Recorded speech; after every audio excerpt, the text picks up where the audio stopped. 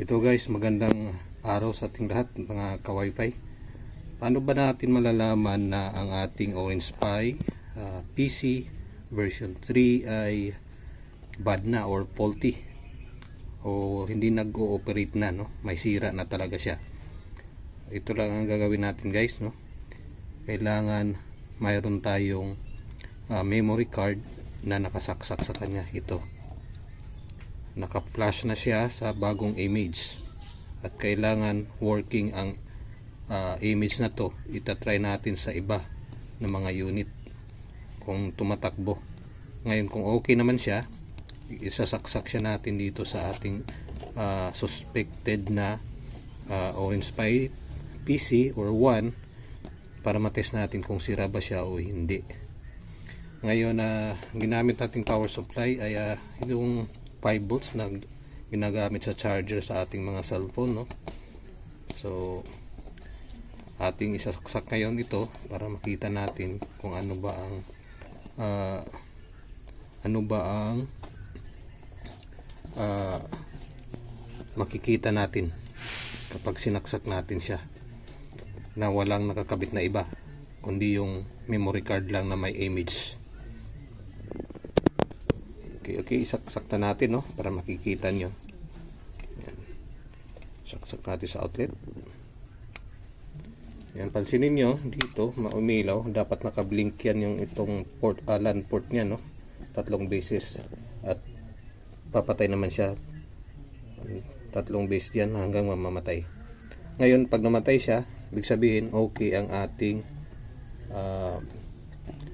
Orange Pi board, no, at nakailaw din dito green sa kanyang pilot light, no. Kung may sira din yan, may lalabas dyan na pula or orange ba sa kanyang ilaw. Pero para matesting natin talaga na working siya, kailangan may nakasaksak na SD card. Kasi mayroon din minsan okay dito naka green pero hindi naman gumagana ang ibang mga port niya like USB or LAN port. Ngayon kung sira talaga tong ating unit, hindi dito iilaw, no. Kung mag-iilaw man siya, naka-steady na, hindi na siya namamatay.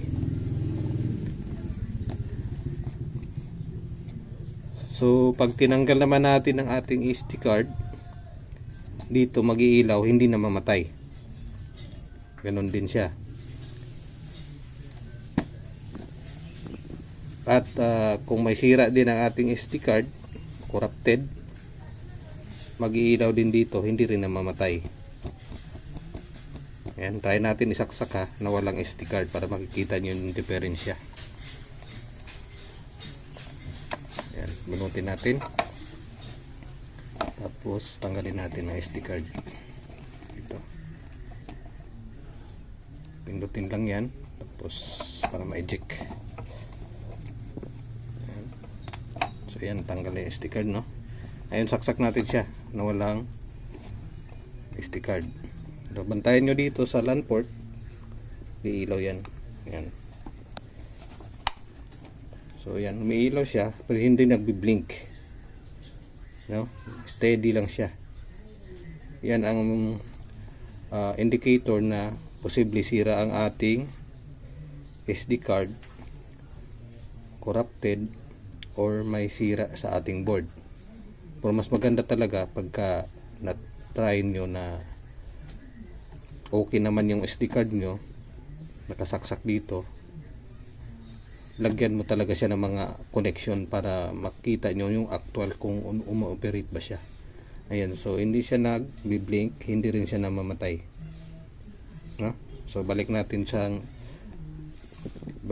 ang kanyang SD card para compare natin ulit. Bunutin natin ulit. Ayan, para mamatay. So ayan, patay na. Saksak natin ulit ang SD card o memory card. Ayan. Ayan. Hirapan tayo magsaksak, no? Wala tayong stand. Ayan. So okay, press lang natin yan isang beses para mag lock. So So yan, nasaksak na siya. Pantayin nyo dito ulit, no? Pagsaksak natin, mag-iilaw yan, magbi-blink ng 3 beses, tapos steady, tapos blink 3 beses ulit, then turn off. Yun ang normal. Okay, saksak ko na. Yan, umiilaw na siya, mag-blink ng 3 beses, tapos steady, tapos blink ulit 3 beses yan. Hintayin natin. Yan. Yan, nag-off na. So, ibig sabihin, ready na ang ating system. Walang error after niya mag reading sa kanyang system kung mayroong mga errors. So, ilan Pops goals guys sa pag-check na ating Orange Pi board, no? Kung may mga sira ba or yung ating SD card, memory card may sira ba o corrupted. Karamihin yan kung nag-corrupt yung ating SD card din dito to, hindi rin siya mag-iilaw dito kapag nagsaksak tayo ng USB to LAN. Dito mag-iilaw yan. Ang hindi mag-iilaw yung ating USB LAN, no? USB ganito, USB to LAN. Sinasaksak natin yan dito para ma-convert to LAN port, no? Hindi yan mag-iilaw dito kung corrupted din na ating SD card dito. So maraming causes yan na hindi ito mag-iilaw.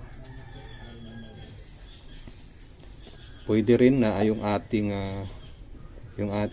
PoE port na connected sa antenna may loose o may loose connection, hindi rin ito mag-iilaw, lalo na walang power yung ating antenna, no? Sabihin na hindi umiilaw ang ating antena, hindi rin ito magsisindi, no? Dami siyang dahilan. So check nyo lang sa ating channel sa mga videos na pwede nyo makuna ng ideya at prepare mag-subscribe na rin kayo or mag-like sa ating Facebook page or mag-follow para ma-update po kayo sa ating mga videos na i-upload na mga regarding dito sa mga Wi-Fi bendo. Pwede nyo rin i-check yung ating YouTube channel.